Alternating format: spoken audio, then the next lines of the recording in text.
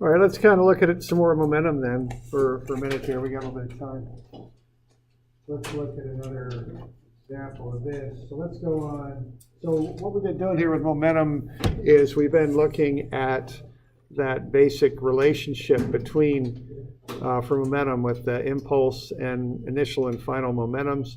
And then if we have a collision or if we have two objects that are interacting, that impulse term goes to zero. So you end up with this momentum relationship right here. So let's look at another application of this. You know, what we saw with this momentum is sometimes we have to combine it with other methods to get to a solution. The one method we looked at was this coefficient of restitution. But there's another thing you can combine this with too. Actually, there's a number of things you can. But let's look at momentum and relative motion. So there's a real old photo of an airplane landing on an aircraft carrier. When that's not a collision, but it's an interaction between two objects. And you're going to have a relative motion of one object with respect to the other. And so this is a way that we can analyze things sometimes. So these aren't really collisions so much as they're interactions between two objects. So let's come up with this on 470. This one's a little bit contrived maybe, but we're just going to illustrate this idea. So we're going to have a motorcycle rider cross a cart, and we're going to have the friction down here. We're going to have ice, so we're going to have no friction down here, okay? So that motorcycle rider is going to cross the cart, and right when the motorcycle rider leaves the cart, it's 11 meters away from a platform. And we want to see, is this motorcycle rider going to make it or not, okay? So is that going to happen? 470, okay?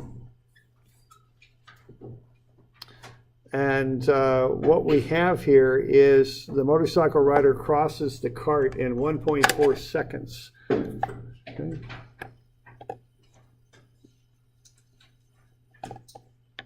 We want to know if the rider is going to reach the platform.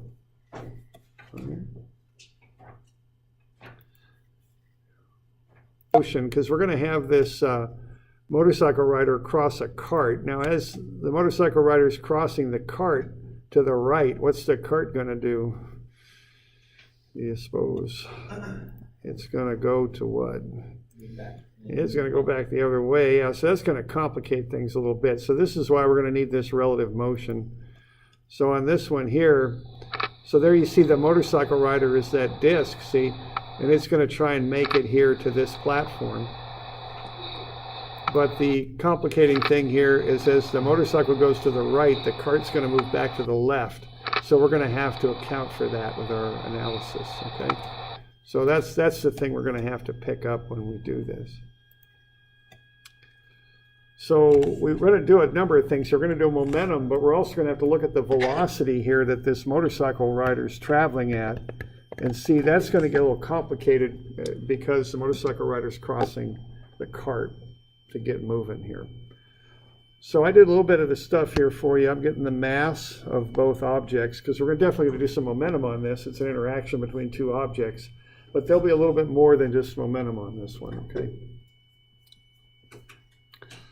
All right, now let's look at first at this motorcycle rider crossing the cart. We're going to assume constant acceleration, and we've got the length of the cart is 9 meters.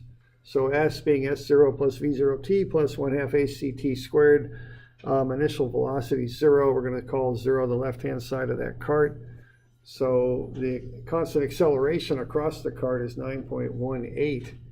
And then we can plug that into the constant acceleration velocity equation and get the velocity. All right. So just doing a little bit of the constant acceleration kinematic stuff, we can get to that velocity there, 12.9. We're on 470, I think. 470. We're kind of jumping around a little bit here on this stuff. All right, so we do one run there and get the acceleration, and we do a second run there and get the velocity. You know, and that's all pretty straightforward. We're assuming constant acceleration. Now the question is going to come up when we get to this, what kind of velocity is that? And what do we got? Is that the velocity coming off the cart and through the air, or is it something else?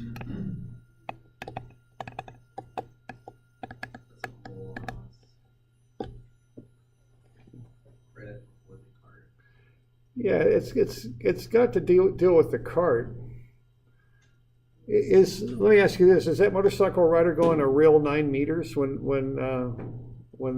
they cross the cart?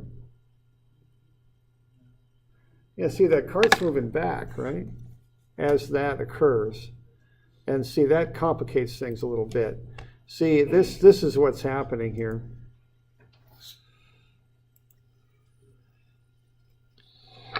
See, if that's 9 meters across, the motorcycle rider doesn't travel a real 9 meters, because that 9 meters is moving back to the left as the motorcycle rider goes to the right.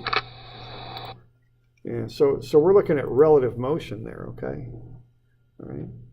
So what we've got there is that's the velocity of the motorcycle with respect to the cart. It's not an absolute velocity. It's not this velocity here in the air. Okay? It's a relative velocity. So this velocity in the air is not equal to 12.9. So what we got to do here to figure this thing out is figure out what that velocity is in the air. Not relative to the cart, but an absolute velocity in the air. That's what we got to do.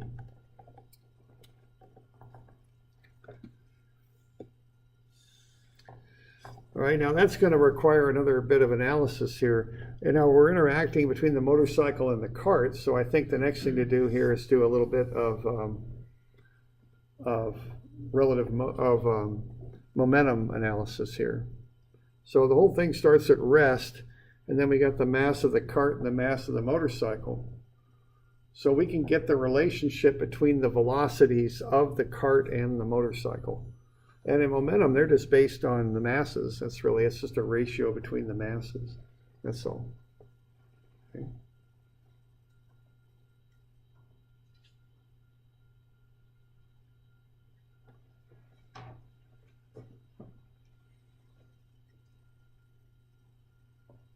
Okay.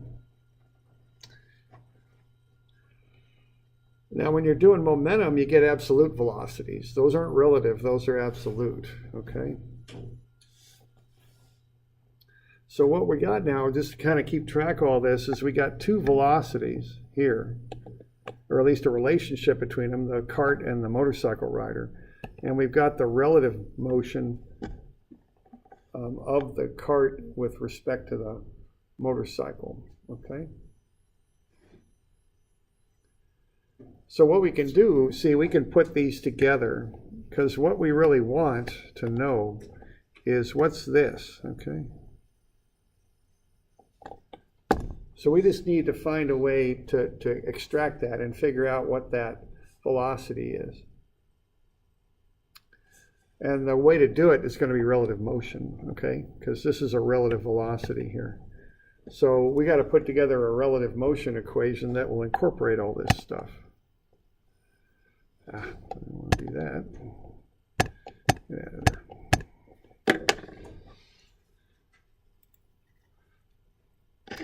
So what we got to do, we've got the velocity of the cart and the motorcycle, and we got the velocity of the cart with respect to the motorcycle. We just need to put all that stuff together into a relative motion equation. And again, you just look to the subscripts here. So we got VC, VM, and VC with respect to M. Although I might have, let's see. So we want to use relative velocity here to work through that. We're doing all right with this so far? So over here, we just got the constant acceleration stuff as the motorcycle crosses the cart. Right there. And then we've got a little bit of momentum analysis here, and we're just kind of trying to nail down what that is. And that's just absolute velocities there. Okay. So now we just put everything together in a relative motion equation is what we do. Okay. So we got the velocity of the motorcycle is the velocity of the cart. Now the velocity of the cart is negative 0.193 times the velocity of the motorcycle, okay?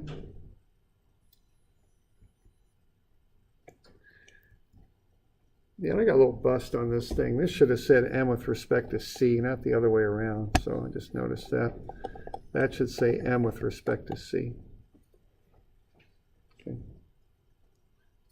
So what we're going to do here is put together a relative motion equation.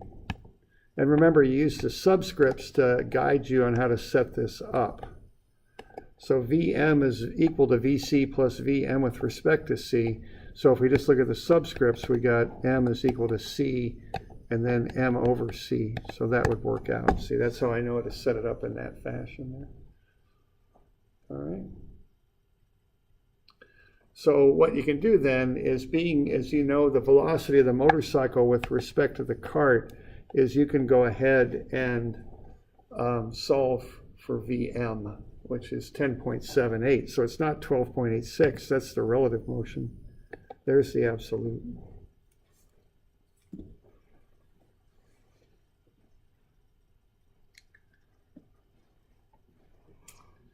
All right. So we're combining methods here, which is common with momentum. We're using momentum a little bit, but we're also using the relative motion. We're also using constant acceleration. And then how about this last bit? How would we find if the motorcycle gets to the platform? Yeah, well, what we want to do here, we've already done a lot of that. I mean, we've done some of this relative motion stuff. We've got this in the air now. That's an air velocity. So we got the 10.78 in the air. We do know the distance. It's 11, and we know the height. So we just got to combine all that stuff together to get to see if the motorcycle rider is going to make it. Okay. The distance is going to change when the car's moving away. Yeah, what I did, yeah, I made the distance be the distance right when the motorcycle rider leaves the cart. That was my intention there, to simplify it a little bit. So that's what I was doing with that.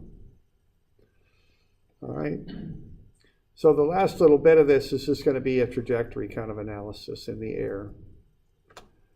All right, so we're using lots of different methods here, okay? So what we would do here for the last little bit is we're 4 meters up in the air. And remember that Y motion is not affected by the X motion. So we'll just solve and see how long it'll take the motorcycle to fall 4 meters. And that's based, again, on constant acceleration, with A sub C being 9.81. I'm calling downward positive here.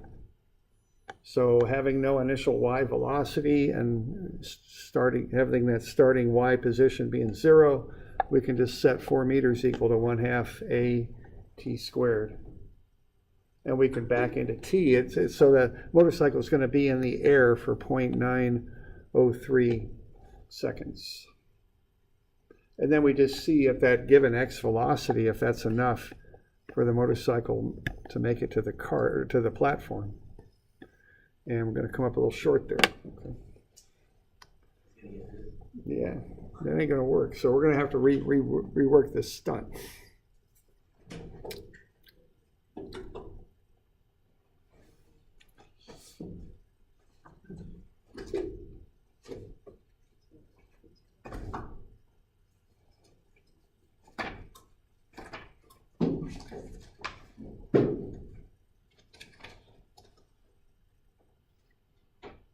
So we're doing all right with that? Okay. So, and here we see again, dynamics being a little bit different than some of the stuff we done before, like statics or something. We're combining a whole lot of methods into a long chain of steps to get this figured out. Okay.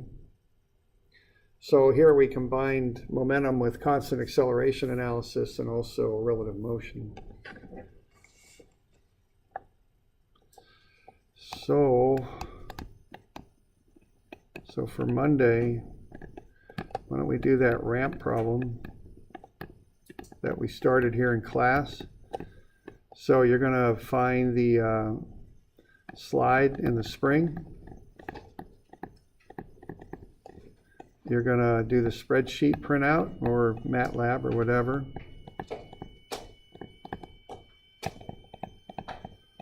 And you're also going to find that drop box height. And let's also do 244. That's a little, does some of this relative motion type stuff. So maybe we can do that too. All right. So Monday is the 6th, I believe.